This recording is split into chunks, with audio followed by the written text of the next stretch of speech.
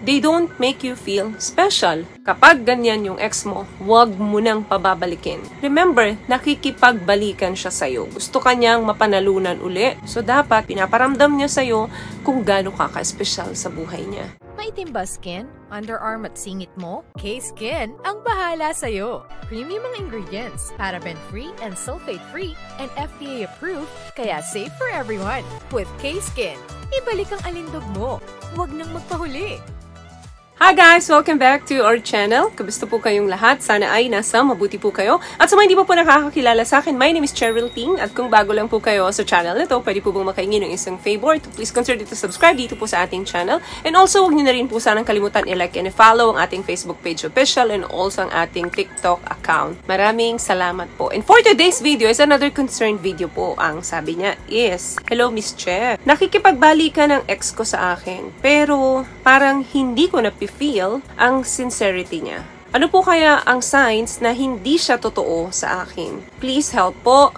Thank you. Okay, marami na akong nabasang mga comments sa akin na ganito na nakikipagbalikan yung mga ex pero parang hindi naman nga totoo. So, ganito lang yan guys. Huwag mong babaliwalain yung guts or yung instinct mo. Kailangan obserbahan mo siya ng mabuti para malaman mo kung ano talaga yung purpose kung bakit nakikipagbalikan ba siya sa'yo. Huwag ka masyadong maniniwala sa matatamis na salita niya. Instead, tingnan mo kung ano yung effort na ginagawa niya sa'yo. Dito sa mga pag-uusapan nating signs, dapat maobserbahan mo siya ng mabuti kung ilan sa mga to ay ginagawa niya. Number 1, hindi siya consistent. Nandyan lang siya sa'yo or may oras lang siya sa'yo kapag convenient sa kanya. Let's be honest, para sa pangalawang pagkakataon, kung yung ex mo ay talagang serious na mapanalunan ka uli niya, hindi lang yan dadalaw or makikipag-usap sa'yo isang beses, isang linggo. Gagawa ng maraming effort yan para maipahatid niya sa'yo yung message niya na seryoso talaga siya, na gusto kanyang ma-win uli. Meaning, wala siyang araw na pinipili. Halos araw-araw, nagpapakita o nagpaparamdam sa'yo yan. Nagpapakita ng effort na talagang gusto niyang ayusin yung nasira ninyong relasyon. Gagawa ng mga special date yan at ilalagay ka niya sa top 1 priority niya. Another thing, yung gumagawa siya ng mga plano, tatawagan ka niya, like magkikita kayo ng Saturday, then hindi naman siya sisipot. They make plans but never follow through. Yung tipong excited ka, tapos pag dumating na yung araw na yun, biglang magka-cancel siya. Gagawa siya ng mga excuses, hindi siya magpapakita sa'yo. Kunyari, inutusan siya ng nanay niya, yung kapatid niya, may sakit. Basta, alam mo na yun. Mararamdaman mo kasi yun eh. What I love about this product, itong No More Dark Secret ng K-Skin, bukod sa may advanced whitening na siya, na kung saan pwede niyang matulungan na pumuti yung mga singit-singit mo, moisturizing, meron siyang anti-irritation, antibacterial, maintain healthy pH level. Hindi lang pambabae, meron din po tayong pang-lalaki. Number 3, hindi siya available emotionally para sa'yo. Yung tipong hindi siya nagtatanong kung ano na yung buhay mo, kung ano na yung update mo sa'yo. Palagi niya lang pinupush at lagi niya lang gustong pinag-uusapan is yung makuha ka niya uli. Siyempre, pag sincere sa'yo na nakikipagbalikan talaga yan, siyempre gusto niyang malaman yung mga whereabouts mo. Kasi baka isip niya, makatulong siya, saan ba siya pwede maging useful dun sa mga bagay na tungkol sa'yo. Pero kapag ang lalaki, wala siyang concern about your emotion, huwag kang maniniwala na sincere, na gusto niya talagang maibalik ka niya sa buhay niya.